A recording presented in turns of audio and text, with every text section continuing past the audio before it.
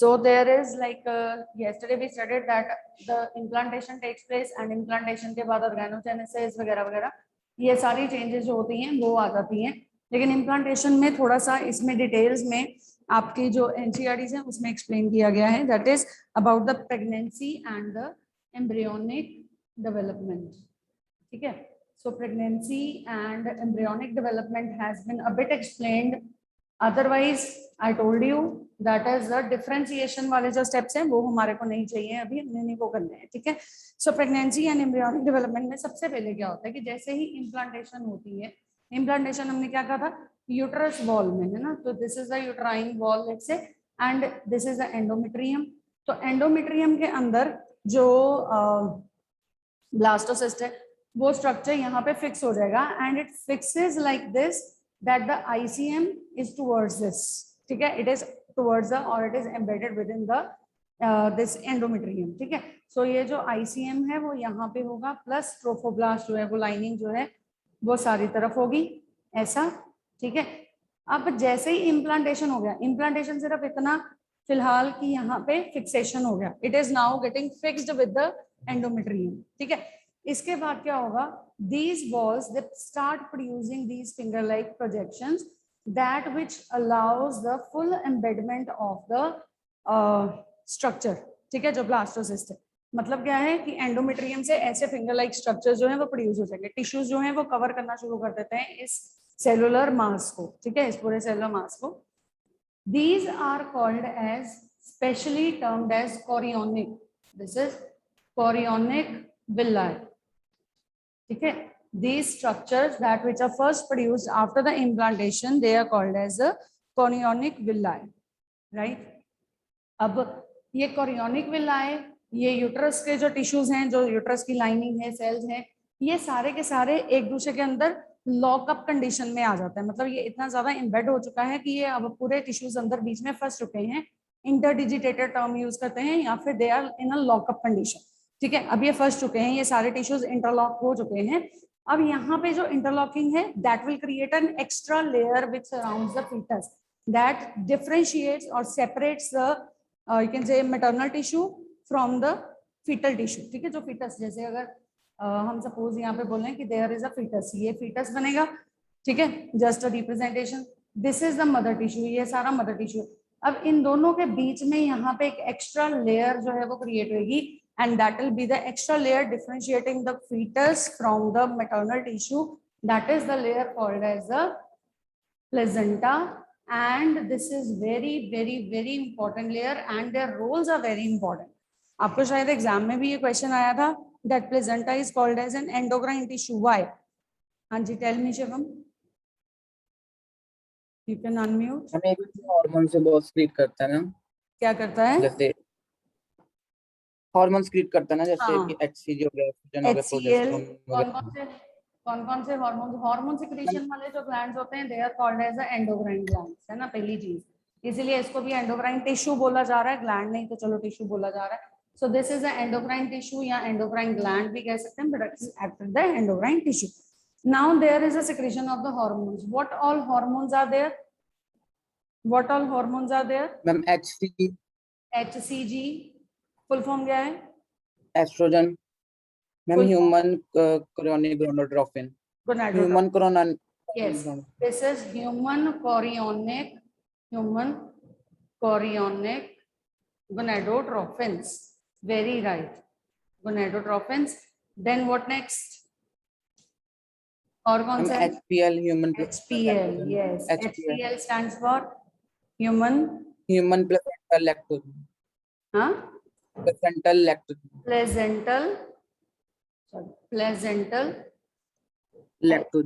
Lactogen. Okay, सो और कौन से हैं? प्रोजेस्टेरोन, एस्ट्रोजन, ये सारे हैं ना. वो तो हाँ, वो तो कॉमन.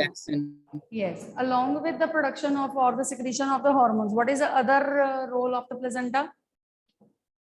मैम ट्रांसपोर्ट करना कार्बन डाइऑक्साइड और वेस्ट मटेरियल को फीटस से मदर तक के लिए. Exchange of gases we can say, है ना.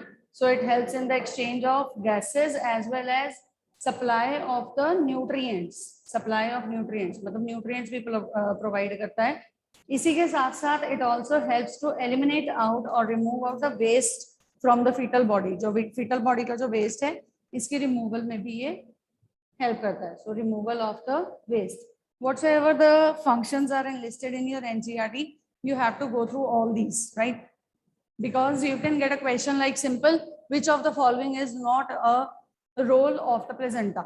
ठीक है, इनमें से कौन सा रोल नहीं है, या फिर आपको बहुत सारे रोल्स लिख रहे हैं, which of the following is a role of placenta, है ना? तो ऐसे में आपको जितने लिस्टेड हैं ये कुछ हैं, बाकी आपकी एनसीईआरटी में और एडेड होंगे, तो ये सारे आपने देखने हैं उसमें, and this will be a question in a form of an MCQ, right? So this is a placental formation.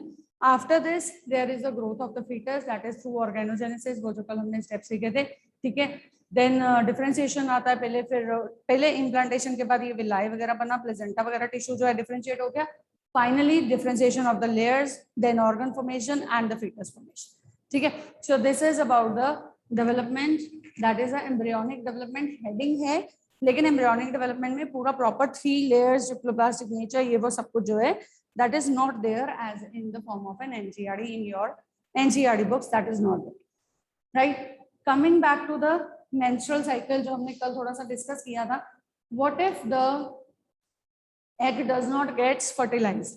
ये तो तब हुआ जब एग जो है वो फर्टिलाइज होता है, तो फर्टिलाइजेशन के बाद जाइगोट और फर्दर स्टेजेस बना रहा है, फर्दर स्टेजेस में ये एक लास्ट स्टेज है जो कि इम्प्लांट हो रही है, and hence final these changes are taking place, है ना। लेकिन यहाँ पे अब नेक्स्ट है कि when the egg is not getting fertilized, that is the egg is not getting fertilized, it has to be removed out from the uterus. What all different changes, that is the periods or the phases of that, what all phases it is taking place, so that is required, that is the menstrual cycle, right? So इसके लिए जो graph है मैं वही discuss कर रही हूँ, I am sharing this image with you, 1 second to discuss that graph, okay? हाँ जी, so this is the only image which is there in your book, है ना, यही वाला इमेज है। हाँ जी मैम। अब इसमें थोड़ा सा बस ऊपर नीचे किया हुआ है, इसको इकट्ठे कर दिए, FSH LH वाले इकट्ठे कर दिए, बट यही वाला जो इमेज है that is present in your NCERTs, right? That is it is also showing the ovulary changes, ठीक है, ओवेरियन चेंजेस, जो ओवेरियन इवेंट्स हैं। देन सबसे नीचे एंडोमेट्रियल साइकिल लिखा है, वहां पे यूट्राइन साइकिल आएगा आपका, जो बुक में लिखा है यूट्राइन इवेंट्स, और मिडल में पिट्यूटरी और ओवेरियन हार्मोन्स दोनों इकट्ठे कर दिए, LH FSH and estrogen progesterone, ठीक है। अब यहाँ पे आपसे जो बेटा पूछे जाते हैं क्वेश्चन, इसके रिलेटेड भी क्वेश्चन अभी भी वैसे ही आएंगे।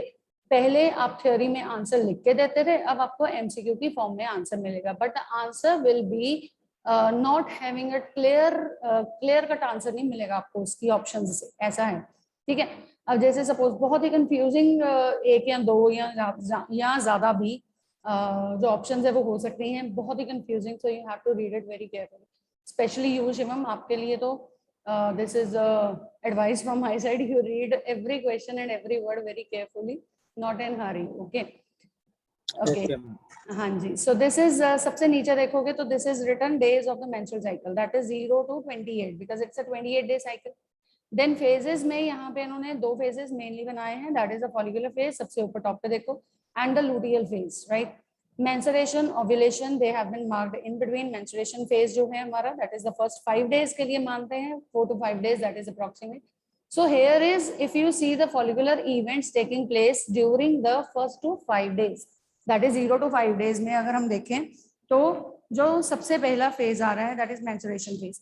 अब इसमें अगर आपको बोलते हैं कि what is the correlation between the ovarian hormone and the, let's say, uterine events, ठीक है, अब बताओ मुझे क्या है इसमें correlation during the 0 to 5 और 0 to 4 days, बताओ। मैम उसमें 0 to 5 days में पहले मेंस्ट्रुअल साइकिल हो रहा है, पहले ब्लीडिंग होगी, मतलब यूट्राइन वगैरह में। हम ये बोलेंगे ना, यूट्राइन इवेंट में क्या हो रहा है, shedding of the tissue, endometrium है ना, तो उसका टिश्यू शेडिंग ऑफ हो रहा है, leading to the bleeding, yes. And what about the ovarian hormone then, what are the ovarian hormones? Ovarian तो मैम एस्ट्रोजन और प्रोजेस्टेरोन ही है। Yes, estrogen and progesterone, and they are represented by yellow and blue lines, ठीक है, respectively. Estrogen is more than the progesterone and it is not very high above, है ना, बहुत ज्यादा कंसंट्रेशन में ज्यादा नहीं है। This is comparatively it is more but not in the much amount, but it results in more amount of the estrogen than the progesterone, that leads to the and also the FSH, mainly तो ये FSH की वजह से है, when these are shedding off, ठीक है, FSH जो है वो ज्यादा है LH से, जिसकी वजह से ये शेड ऑफ हो रहा है, टिश्यू ब्लीडिंग में रिजल्ट कर रहा है. Very right. Now at the 14th day what all changes are taking place and you will be given the options accordingly. अब 14th डे पे देखो क्या है, सबसे पहला है ovulation. Ovarian event says that the ovulation takes place, ठीक है. सेकंड पिट्यूटरी हार्मोन्स में क्या है बताओ. मैम उसमें एफएसएच की वैल्यू थोड़ी कम है, पर एलएच सर्ज हो गया क्योंकि ओव्यूलेशन होनी है, तो उसी के अंदर सेकेंडरी oocyte बाहर निकले थे reference follicles. Yes very good. So ये LH जो है वो सबसे ज्यादा है, that is in the surge form. LH surge, SURGE बोलते हैं. तो LH सर्ज हो रहा है जिसमें बहुत हाई इन पीक उसकी सिक्रीशन हो जाएगी LH की, एंड कंपैरेटिवली ग्रीन लाइन जो FSH की है दैट इज लेस, ठीक है. अब ये तो दिखा के भी पूछ रहे हैं आपसे, ये वाला फोटो दे रहे हैं और उसके रिलेशन में आपको केस स्टडी काइंड ऑफ, या फिर आपको एक दो क्वेश्चन इसके बेस पे पूछ लें, लेकिन आपको ये माइंड में भी फिक्स होनी चाहिए ये सारी इवेंट्स, ठीक है, माइंड में फिक्स होनी चाहिए. एज सच पूरा ग्राफ जो है वो आपके माइंड में फिक्स होना चाहिए, क्योंकि आपको हो सकता है इसका फोटो भी ना दिया जाए and you will be asked the question accordingly. What are the ovarian events linked with the uterine events during the ovulation, ऐसा कुछ भी है ना, या ovarian events which are linked with the pituitary events, pituitary hormonal levels during the ovulation, कुछ ऐसा, ठीक है. तो आपको ये पता होना चाहिए, ठीक है जी. अब इसमें ओवेरियन हार्मोन्स का बताओ मुझे क्या है condition. What is the condition of the ovarian hormones before and after the ovulation. Ma'am ovulation से पहले एस्ट्रोजन थोड़ा ज्यादा था, पर प्रोजेस्टेरोन बहुत ही कम था. और जैसे ओव्यूलेशन होने से जस्ट पहले एस्ट्रोजन की पीक हो गई एलएच के साथ ही. हाँ, फिर एस्ट्रोजन घट गया और प्रोजेस्टेरोन बढ़ना शुरू हो गया. हाँ, प्रोजेस्टेरोन जब बढ़ेगा तो फिर वहां पे डीजनरेशन आनी शुरू हो जाती है, और जब भी एस्ट्रोजन बढ़ता है तो वहां पे ओव्यूलेशन होनी शुरू हो जाती है, ठीक है. तो इस तरह से आपके जो क्वेश्चंस हैं ये आपसे पूछे जाएंगे इन कंसर्न टू दीज, जो भी आपकी टॉपिक है, ये मेंस्ट्रुएशन साइकिल है. गिवन भी होगा ये फोटो, उसके रिलेशन में क्वेश्चंस होंगे, या फिर अगर आपको गिवन नहीं भी है तो भी आपको ये सारा as such in the form of the questions पूछा जा सकता है. डन है, okay. Anything you want to ask. अब ऐसे ही जैसे ये देखो दोबारा फिर से ये लुटियल फेज में दोबारा बन रहा है. What is the significance of the luteal phase, ये क्वेश्चन है, बताओ. मैम लुटियल फेज में वो प्रोजेस्टेरोन की अमाउंट बहुत बढ़ जाएगी, जिस वजह से एंडोमेट्रियल जो अपने हार्मोन सीक्रेट करने शुरू कर देगा, सिक्रेटरी फेज में आ जाएगा. और दूसरा उसमें फिर से जो पिट्यूटरी हार्मोन है उनका रिवर्स लेवल हो जाता है, reverse then the ovarian hormone, sorry reverse then the ovulation period, है ना, वो भी तो रिवर्स हो रहा है. Yes ma'am. LH कम हो गया और FSH ज्यादा हो गया सिक्रीशन में. हाँ तीसरी जी. चीज जो नीचे यूट्राइन इवेंट देखो तो वहां पे भी क्या है, रीबिल्डिंग ऑफ द टिश्यू. अब आपको ये चारों चीजें एक ही पैराग्राफ में, मतलब एक ही ऑप्शन में, ABCD ऑप्शन में एक ही जगह पे लिख दी, तो आपने वो भी अच्छे से फॉलो करनी है, ठीक है. मतलब आपने चारों का कंसर्न देखना है, किसी एक का देख के टिक नहीं मार देना, ठीक है. ऐसा भी आ सकता है. What is the significance of the luteal phase. तो लुटियल फेज में चारों की कंडीशंस पूरी प्रॉपर्ली सही होनी चाहिए. दूसरे टाइप ऑफ क्वेश्चन हो सकता है कि the various events and their you can say the hormones in concern they have been provided, choose the correct match, ऐसा भी आ सकता है ना. आपको मैच सही ढूंढना है कि जिस टाइम पे ये हो रहा है, ये फेज है, ये ओवेरियन इवेंट में चेंज आ रहा है, ये पिट्यूटरी हार्मोन में चेंज है, ये ओवेरियन हार्मोन में चेंज है, तो ये सारा आपका कंसर्न वे में करेक्ट मैच जो है वो फाइंड आउट करना पड़ेगा, ठीक है. Means what, that every MCQ needs the, that will require your reading of nearly 2 to 3 minutes with concentration. Every MCQ like this, ठीक है. इस तरह से MCQ जो बड़े वाले आएंगे, बीच में छोटे भी होंगे ताकि आपका टाइम जो है वो मैनेज हो जाए. जहां पढ़ने की जरूरत है वहां पे स्किप मत करना, उसको पढ़ के फिर आगे बढ़ना, ठीक है.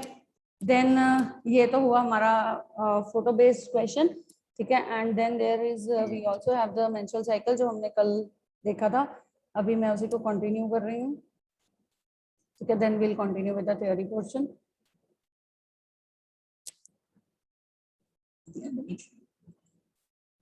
यहाँ तक कल खत्म हो गया था. हाँ जी ma'am. Starting with the ovarian follicles. This phase starts on the first day of menstruation. It represents weeks 1 and 2 of a 4-week cycle. The whole menstrual cycle is controlled by the hypothalamus and the pituitary.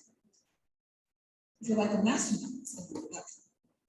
The hypothalamus is a part of the brain that secretes gonadotropin-releasing hormone, or GnRH, which causes the nearby anterior pituitary gland to release follicle-stimulating hormone, or FSH, and luteinizing hormone, or ALH. Before puberty, gonadotropin-releasing hormone is released at a steady rate, but once puberty hits, gonadotropin-releasing hormone is released in pulses, sometimes more and sometimes less. The frequency and magnitude of gonadotropin-releasing hormone releases determine how much follicle-stimulating hormone and luteinizing hormone are produced by the pituitary. These pituitary hormones control the maturation of the ovarian follicles, each of which is initially made of an immature sex cell, surrounded by layers of pica and granulosa cells, the hormone secreting cells of the ovary. Over the course of the follicular phase, these oocyte containing producer cells or follicles grow and compete for a chance of ovulation. During the first 10 days, pica cells develop receptors and bind luteinizing, and in response, secrete large amounts of hormone and steam and androgen. Similarly, granulosa cells develop receptors and bind follicles. In response, produce the enzyme aromatase. These enzymes are not there, so need not to worry about that, right? Into 17 Just the beta changes. which is a member of the estrogen family. During days 10 through 14 of this phase, granulosa cells also begin to develop luteinizing hormone receptors, in addition to the follicle-stimulating hormone receptors they already have. As the follicles grow and estrogen is released into the bloodstream, increased estrogen levels act as a negative feedback signal, telling the pituitary to secrete less follicle-stimulating hormone. As a result of decreased follicle-stimulating hormone production, some of the developing follicles in the ovary will stop growing, regress, and die off. The follicle that has the most follicle-stimulating hormone receptors, however, will continue to grow, becoming the dominant follicle that will eventually undergo ovulation. This dominant follicle continues to secrete estrogen, and the rising estrogen levels make the pituitary more responsive to the pulse's high action of gonadotropin-releasing hormone from the hypothalamus. As blood estrogen levels start to steadily climb higher and higher, the estrogen from the dominant follicle now becomes a positive feedback signal. That is, it makes the pituitary secrete a whole lot of follicle-stimulating hormone and luteinizing hormone in response to gonadotropin-releasing hormone. This surge of follicle-stimulating hormone and luteinizing hormone usually happens a day or two before ovulation and is responsible for stimulating the rupture of the ovarian follicle and the release of the oocyte. You can think of it this way. Most of the follicular phase, the pituitary saves its energy. Then when it senses that the dominant follicle is ready for release, the pituitary uses all its energy to secrete enough follicle-stimulating hormone and luteinizing hormone to induce ovulation. While the ovary is busy preparing an egg for ovulation, the uterus is preparing the endometrium for implantation and maintenance of pregnancy.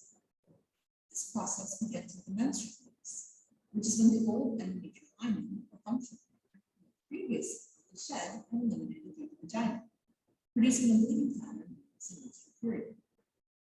The menstrual phase lasts an average of 5 days and is followed by the proliferative phase, during which high estrogen levels stimulate thickening of the endometrium, growth of the endometrial glands, and emergence of spiral arteries from the basal layer to feed the functional endometrium. Rising estrogen levels also help change the consistency of the cervical mucus, making it more hospitable to infant sperm. The combined effects of this spike in estrogen on the uterus and cervix help to optimize the chance of fertilization, which is highest between day 11 and day 15 of an average 28-day cycle. Following ovulation, the remnant of the ovarian follicle becomes the corpus luteum, which is made up of luteinized pica and granulosa cells, meaning that these cells have been exposed to the high luteinizing hormone levels that occurred just before ovulation.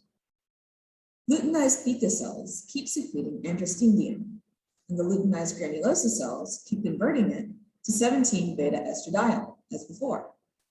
However, Luteinized granulosa cells also respond to a low luteinizing hormone concentrations that are present after ovulation by increasing the activity of cholesterol side chain cleavage enzyme, or P450-SCC for short.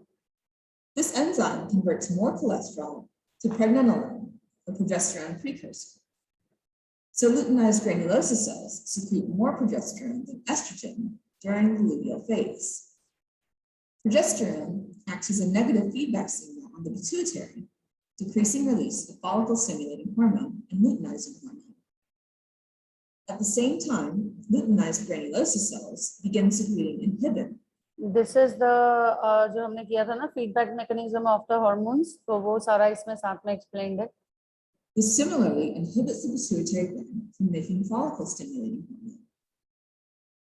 Both of these processes result in a decline in estrogen levels, meaning that progesterone becomes a dominant hormone present during this phase of the cycle. Together with a decreased level of estrogen, the rising progesterone level signals that ovulation has occurred and helps make the endometrium receptive to the implantation of a fertilized gamete. Done, right? Under the influence of progesterone, uterus हाँ जी enters ma'am. secretory हाँ phase. जी. So this is actually now the secretory phase, and just a minute more we will Of listen to endometrial this. cycle. During this time, spiral arteries continue to grow and the uterine glands begin to secrete more mucus. After day 15 of the cycle, the optimal window for fertilization begins to close. Actually, The this is cervical mucus explained starts a to bit thicken. more than your book, है ना? तो थोड़ा सा extra है, but it is for your knowledge, right? And becomes less hospitable to the sperm. Over time, the corpus luteum gradually degenerates into the non-functional corpus albicans. The corpus albicans doesn't make hormones, so estrogen and progesterone levels slowly decrease. When progesterone reaches its lowest level, the spiral arteries collapse, and the functional layer of the endometrium prepares to shed through menstruation. This Right. shedding marks the beginning of a new menstrual cycle and another opportunity for fertilization. Right? So this is the new menstrual cycle. After this, there will be continuing this, right? So we'll also continue it with tomorrow, and the questions I will be discussing it tomorrow.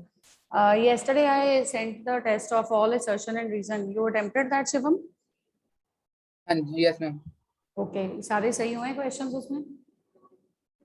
नहीं ma'am, मेरे 4 गलत हो. 4 गलत हो गए. Very bad. चलो anyhow. Ma'am वो 2 ma'am, एक जो था ना जो आपने क्लास में कराया था, वो ऑटोगेमी और जीनोगेमी वाला था. I don't remember the statement. You can send me the question if you have any problem in that. Maybe हो सकता है controversial answer हो हमारा, है ना? हाँ जी मैम. हाँ, अब एक बार मेरे को भेजना.